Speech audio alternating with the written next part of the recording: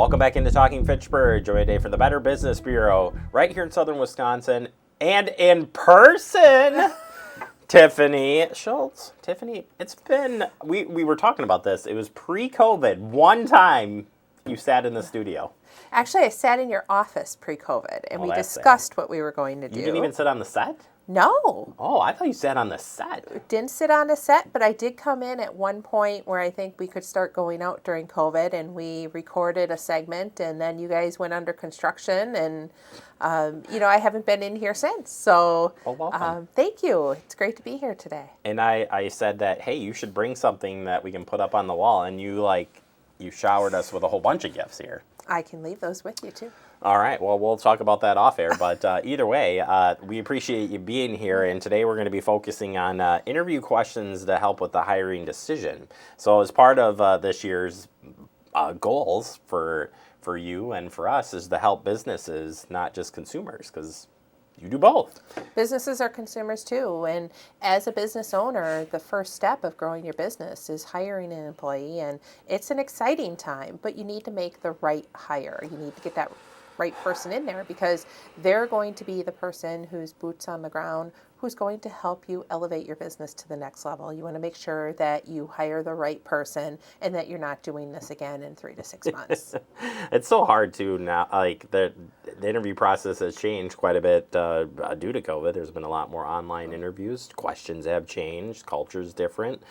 So let's talk about building the questions for your team's culture. What excites you most about this position? Such a great question.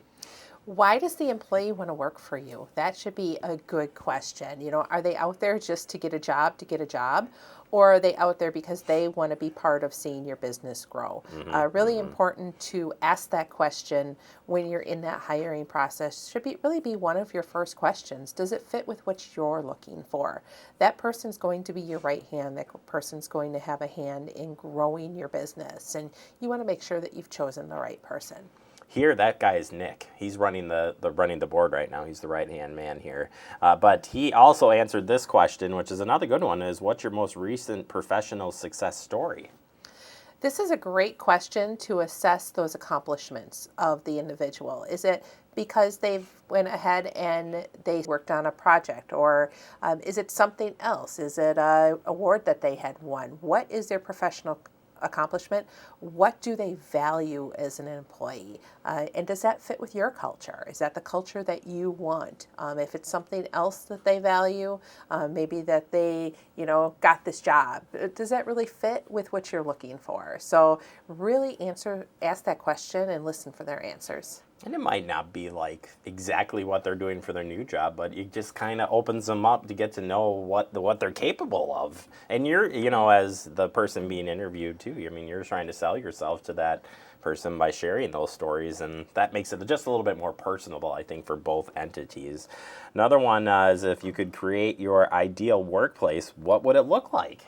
What excites them?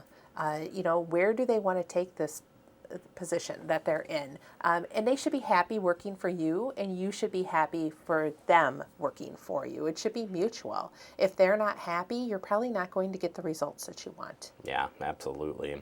All right, how about some skills for those or interview questions to access those soft skills? Soft skills important too. First one is, how do you approach accomplishing a task that's new to you? There's an easy one. Well, this is really a two-part question, and it evaluates critical thinking skills. How do they handle that? And it also helps you understand the candidate's ability to collaborate. So really that two-parter there, and how are they going to approach that project? A lot of times the job is really the same of where maybe they might be coming from, but the processes may be different to get there. And as a new hire, that's one of the hardest things to grasp when you go to a new company. I know how to do this, but who do I go to and how do I get there? Yeah. You want it all there. Next one too. Describe a time when the results didn't go as planned. The dreaded question. So what is your what's the worst thing about you now? This is a question that you can understand the flexibility of the candidate. Do they get really frustrated when something doesn't go as planned, or do they use it as a learning experience to grow from it? Not bad. It's not bad to talk about weaknesses, right? Absolutely not. If you don't have the skills, a new job is an opportunity for you to learn the skills that you don't have. Yeah, that's where you always talk that I'm willing to learn anything. No matter what it is, throw that in there. Right, and it makes you a more well-rounded candidate too. But you have to have the a willingness to learn. You can teach attitude. Or I should say, you can't teach attitude, but you can teach skills. And that's so important when you're hiring somebody. Yeah, I like this next question. I don't know if I've ever been asked this one. What is your work process or procedure you improved while on one of your previous positions? This lets team members know how to spot areas for organizational improvement and take productive action to make those updates. So really a deep question for candidates. It might be kind of hard for a candidate to answer, it comes out of left field there, but you could take their answer with a grain of salt.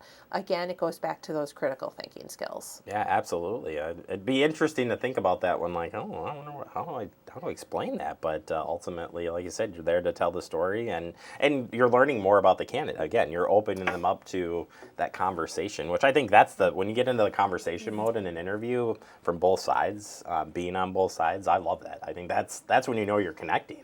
I think that when you're interviewing somebody, you as an interviewer are a little bit nervous, and the interviewee is nervous until they get a little bit more comfortable and settled in and able to share a little bit more than they would if they were just, nervous the entire time. So that's important too when you're interviewing somebody, to really, understand that this person is probably going to be nervous the first 5 to 10 minutes that you're talking with them.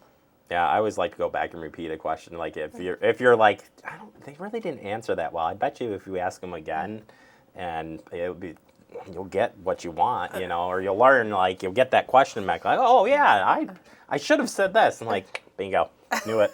Anyways, the final one is talking a little bit about experience too. So you definitely want to know how experienced your candidates are in a lot of different areas. So where do you look to for some questions? Experience is so important as a small business owner, because a lot of times if you're a one single operator, you're going to need somebody who is experienced and come on in. And you want that person to be able to hit the ground running. You usually don't have a lot of time to teach what needs to be done. They may have the basics, but you really want to find out, can this person do the job that I'm asking them to do, or is maybe their resume enhanced and embellished? So really ask those questions to get to the bottom of what you need done, and if they have the experience that you're looking for. I love this question. What specific skills did you pick up during your most recent job? Simple. Again, it goes back to experience. Single out an accomplishment or a credential from the candidate's time with a previous employer and ask them to explain it.